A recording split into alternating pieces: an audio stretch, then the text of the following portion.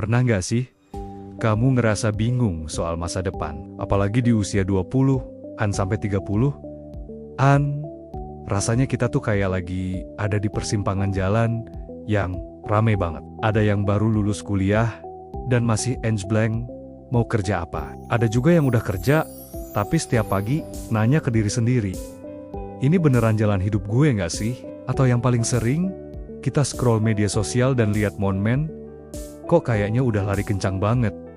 Sementara kita, rasanya masih di garis start. Tenang, kalau kamu merasakan itu, kamu nggak sendirian. Itu normal banget. Usia 20-30 itu memang fasenya untuk mencari arah. Bukan berarti kita harus sudah sampai di tujuan akhir. Tapi, ada tapinya nih. Kalau kita nggak punya arah sama sekali, risikonya kita bisa terjebak kerja asal-asalan. Pindah-pindah kantor tanpa tujuan yang jelas, ujung-ujungnya cuma capek, tapi nggak merasa maju.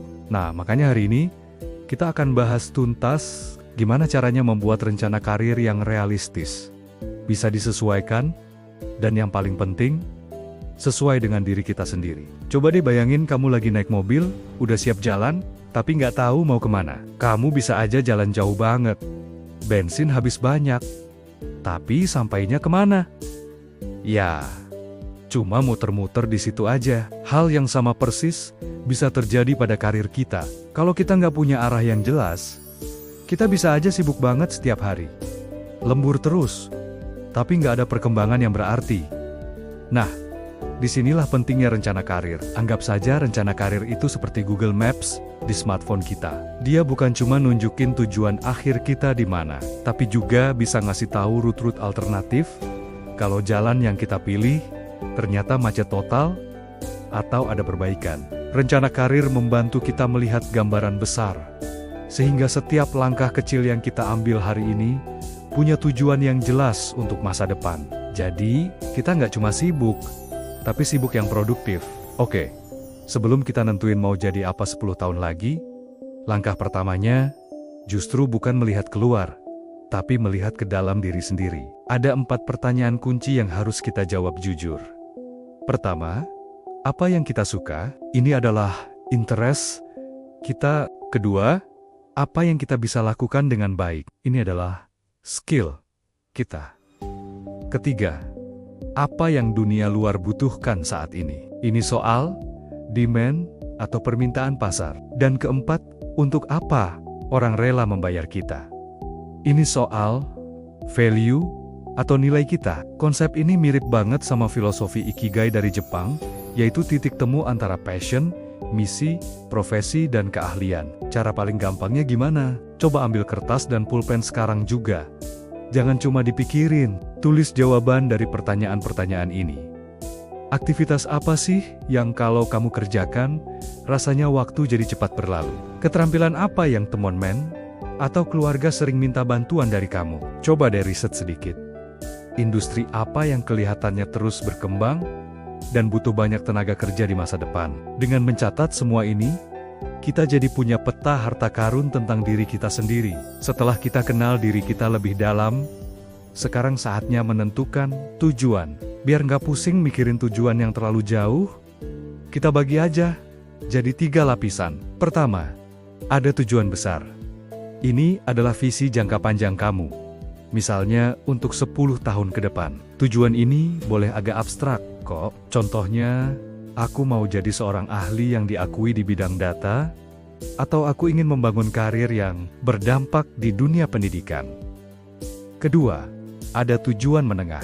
Ini adalah target untuk 3-5 tahun ke depan, yang lebih spesifik untuk mencapai tujuan besar tadi. Kalau tujuan besarnya jadi ahli data, tujuan menengahnya bisa jadi menjadi seorang data analis senior, atau menjadi seorang konsultan keuangan. Ketiga, dan ini yang paling penting, adalah tujuan kecil. Ini adalah langkah-langkah nyata yang bisa kamu kerjakan dalam 6 bulan sampai 1 tahun ke depan. Contohnya, mengambil kursus sertifikasi Google Data Analytics, ikut proyek analisis data di kantor, atau membangun portofolio analisis data pribadi. Lihat kan, tujuan besar memang penting sebagai kompas. Tapi tujuan kecil inilah yang membuat kita bergerak setiap hari. Jadi, apa tujuan kecil yang bisa kamu mulai kerjakan minggu ini? Di dunia kerja yang serba cepat hari ini, punya satu keahlian saja seringkali nggak cukup. Kita butuh kombinasi skill untuk jadi paket komplit. Bayangkan, ada 2 desainer grafis. Dua-duanya jago bikin visual yang bagus. Tapi, desainer yang satu lagi ternyata juga paham sedikit tentang copywriting dan UI atau UX. Kira-kira, mana yang akan lebih dicari perusahaan? Tentu yang punya skill tambahan. Ini berlaku di banyak bidang. Misalnya, kamu di bidang bisnis, skill dasar kamu mungkin manajemen proyek. Tapi, kalau kamu tambahkan dengan kemampuan analisis data, kamu jadi jauh lebih berharga. Atau kalau kamu seorang programmer, skill dasar kamu tentu coding. Tapi kalau kamu juga jago komunikasi dan presentasi, kamu bisa jadi pemimpin tim yang hebat.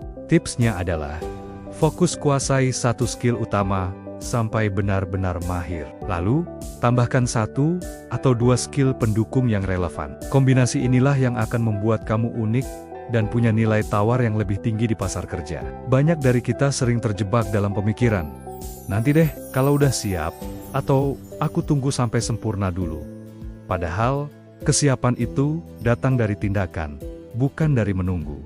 Jadi, jangan pernah menunggu momen yang pas, karena momen itu nggak akan pernah datang. Mulailah dari hal-hal kecil, tapi nyata. Sekarang juga, apa contohnya? Kalau kamu tertarik jadi penulis, coba ambil proyek freelance menulis artikel dengan bayaran kecil. Kalau kamu sudah bekerja tapi ingin pindah karir, coba cari kesempatan magang singkat di bidang yang kamu minati, bahkan di akhir pekan. Belum punya klien? Nggak masalah, bikin portofolio pribadi. Buat proyek bohongan untuk brand impianmu. Tunjukkan solusimu, atau cara yang lebih sederhana lagi. Mulailah buat konten atau tulisan singkat di media sosial tentang bidang yang kamu sukai. Yang terpenting adalah kamu punya bukti kerja, sekecil apapun itu. Karena di mata perekrut, aku minat itu bagus, tapi ini hasil kerja saya itu jauh lebih meyakinkan. Satu hal yang harus kita ingat, rencana karir itu bukan kitab suci yang kaku dan gak boleh diubah. Justru sebaliknya, rencana karir yang baik adalah yang fleksibel. Dunia berubah cepat, tren industri datang dan pergi, dan yang paling penting, kita sebagai manusia juga berubah. Minat kita hari ini bisa jadi berbeda dengan minat kita 3 tahun lagi, dan itu wajar. Makanya, penting banget untuk melakukan evaluasi secara berkala. Coba deh, setiap 6 bulan sekali, luangkan waktu sejenak untuk refleksi. Tanyakan pada dirimu sendiri, dalam 6 bulan terakhir, apa hal baru yang sudah aku pelajari? Dari semua yang aku kerjakan, aktivitas mana yang beneran aku nikmati, dan mana yang bikin aku capek? Berdasarkan pengalaman itu, apa ada bagian dari rencanaku yang perlu diubah atau disesuaikan? Ingat, karir itu perjalanannya jarang sekali lurus seperti jalan tol. Lebih sering berkelok-kelok, kadang ada tanjakan, kadang turunan. Yang terpenting, bukanlah jalannya harus lurus, tapi kita tetap bergerak maju ke arah yang benar.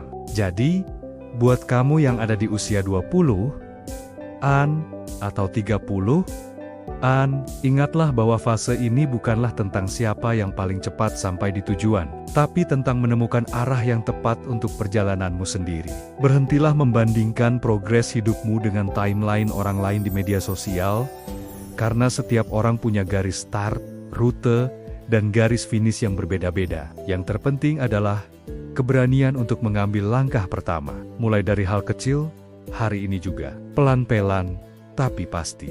Karena membangun karir yang memuaskan itu bukan lari sprint, tapi sebuah perjalanan maraton yang panjang. Dan perjalanan ribuan kilometer itu selalu dimulai dari satu langkah kecil yang kamu ambil hari ini.